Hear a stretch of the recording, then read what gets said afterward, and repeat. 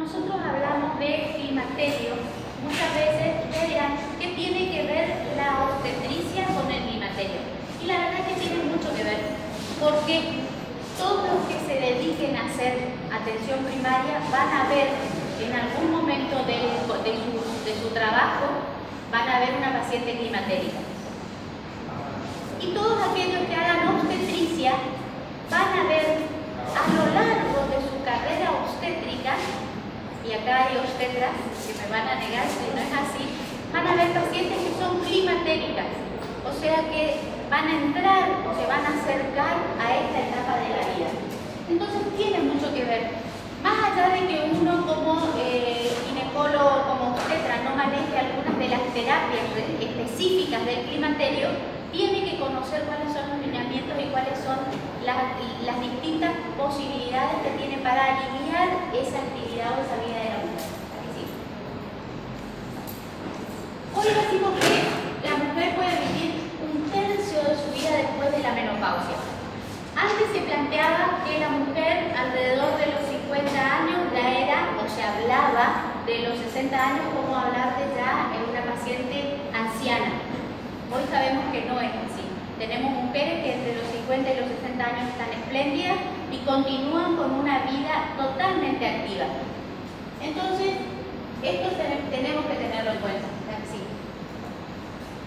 El climaterio es lo que se conoce como el periodo de transición entre la terminación normal de la capacidad reproductiva y la senescencia. ¿Cuál es el límite?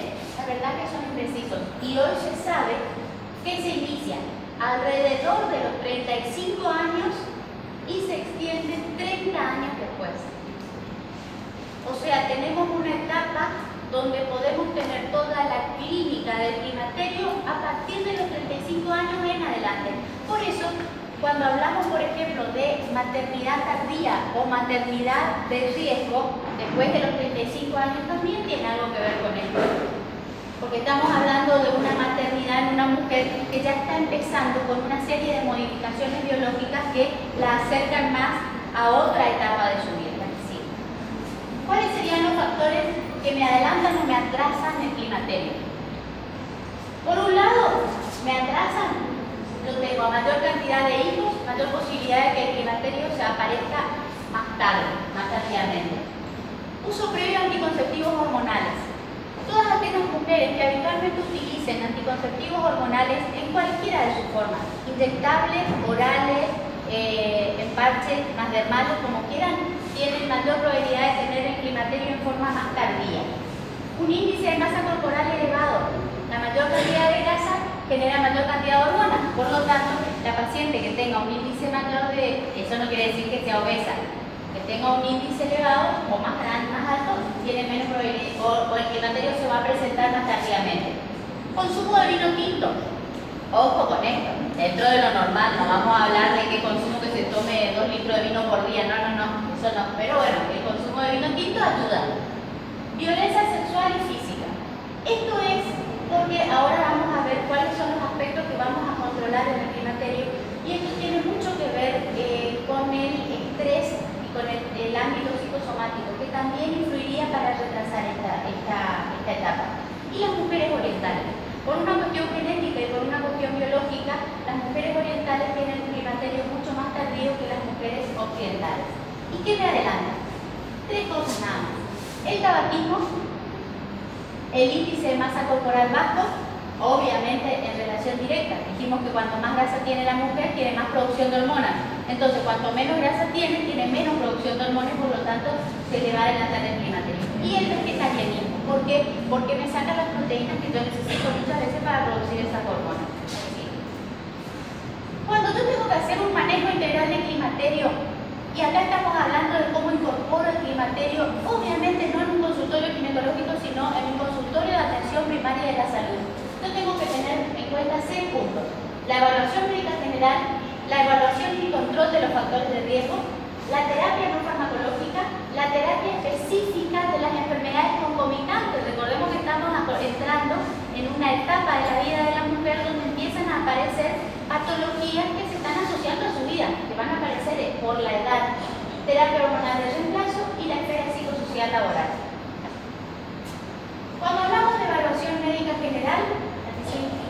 tenemos la historia clínica, obviamente con anamnesis, examen físico completo. Ahí incluye la TA, el índice de masa corporal, la talla, el peso, el examen ginecológico completo, estudios complementarios habituales, perfil lipídico, perfil hepático, perfil renal, hormonales, TSH, densitometría, mamografía. Por otro lado, la evaluación y control de los factores de riesgo, lo que les decía. Nosotros tenemos que la mujer en esta etapa de la vida comienza ya a tener otras patologías que por la edad empiezan a sumarse. Entonces yo tengo que tener en cuenta estas para hacer la detección temprana y la prevención. Y en el caso de detectar, tratar de manejarla de tal manera de que no me afecten a su vida. Terapias no farmacológicas. Aquí, en realidad, el punto es vida sana. ¿Qué tengo que tener en cuenta? Un programa nutricional adecuado, equilibrar todo lo que sean grasas y carbohidratos. ¿Por qué? La mujer en esta etapa de la vida lo que tiene es la producción de grasa no va a ser igual que cuando tiene por debajo de los 35 años. Entonces yo voy a tener que esa grasa también va a costar menos hacerla desaparecer. Entonces, importante tener en cuenta que tenemos que sumar minerales. ¿Qué tenemos en esta etapa también? Pérdida de masa ósea. Entonces, indefectiblemente, yo tengo que tratar de contenerla. Y moderar la ingesta de alcohol. Más allá que dijimos que la ingesta de vino tinto va a retrasar, de alguna manera, podría influir en que se retrase el climaterio, la verdad es que tenemos que moderarla. La actividad física, sí o sí, hay que elaborar un programa donde se establezca, por un lado, el fortalecimiento muscular, que es fundamental, y mejorar la capacidad cardiorrespiratoria. Y aquí viene un tema que es muy importante, la enfermedad cardiovascular. Exposición al sol para evitar el déficit de vitamina D3. Obviamente, una exposición mínima. Estamos hablando de que hay que proteger a la persona para evitar el cáncer de piel, etc. Entonces, pero el sol sin protección es un elemento que nos sirve para metabolizar sobre todo lo que es el metabolismo óseo. Y terapia de apoyo para enfrentar los cambios en esta vida. Terapias específicas de las enfermedades concomitantes. Esto es muy importante. El 70% de las mujeres climatéricas tienen alguna enfermedad crónica concomitante con el climaterio. En realidad no podemos decir que el climaterio las vaya a agravar, pero lo que sí sabemos es que estas enfermedades crónicas, si no las controlamos, pueden complicarse después del climaterio. ¿Y cuáles serían estas? Diabetes, hipertensión, osteoporosis, enfermedades neuroarticulares, Alzheimer, cáncer, enfermedades pulmonares. La que a nosotros más nos interesa son todas las, obviamente, por la especialidad, las oncológicas y la hipertensión y la diabetes. Terapia hormonal de reemplazo. Obviamente son tratamientos medicamentosos en base a estrógenos y progesterona, progestágenos. Esto en la atención primaria no se hace. Lo que uno tiene que hacer cuando está haciendo atención primaria es detectar a la paciente con un síndrome climatérico y derivarla al especialista que es el que le va a poder dar, digamos, la terapia de reemplazo hormonal. Después el profesor Cicel les va a explicarles un poco más el tema de la terapia de reemplazo hormonal, pero de hecho hoy en día sabemos que la terapia de reemplazo hormonal tiene una serie de beneficios tanto a la paciente que realmente necesita y que se merece y que puede recibir ese tipo de medicación. Tiene beneficios espectaculares. Entonces es un punto que tenemos que tenerlo siempre presente. Si consideramos que es una paciente que puede recibir terapia, derivarla al especialista que se la va a indicar. El control se lo haremos nosotros en concominancia con el especialista. Y por último, la esfera psicosocial laboral. Esto es muy importante porque muchas veces tenemos que en esta etapa de la vida la mujer entra en la etapa donde empieza a jubilarse o a dejar de trabajar. Y estamos con una mujer que la verdad es que está con toda su capacidad. Todavía se siente con capacidad para seguir trabajando, para seguir haciendo cosas. Entonces, esta parte es sumamente importante para mejorar todo el espectro de lo que es el climaterio.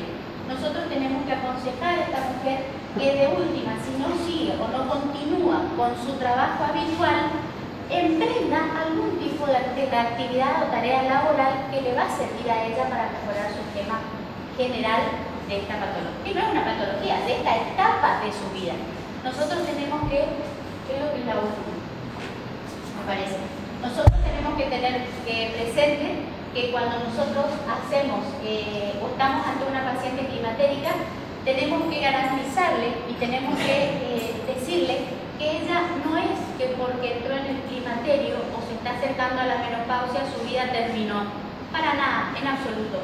Que puede vivir esa vida o esa etapa de su vida teniendo en cuenta los beneficios que el hecho de no estar en una actividad reproductiva puede tener, por un lado, y por otro lado, los beneficios que tener una seguridad en distintas actividades o etapas de su vida, eso le va a generar. O sea que tenemos que apuntar a sumar hoy, por el tipo de mujeres que estamos atendiendo en los consultorios, al climaterio como una parte importante de nuestro consultorio.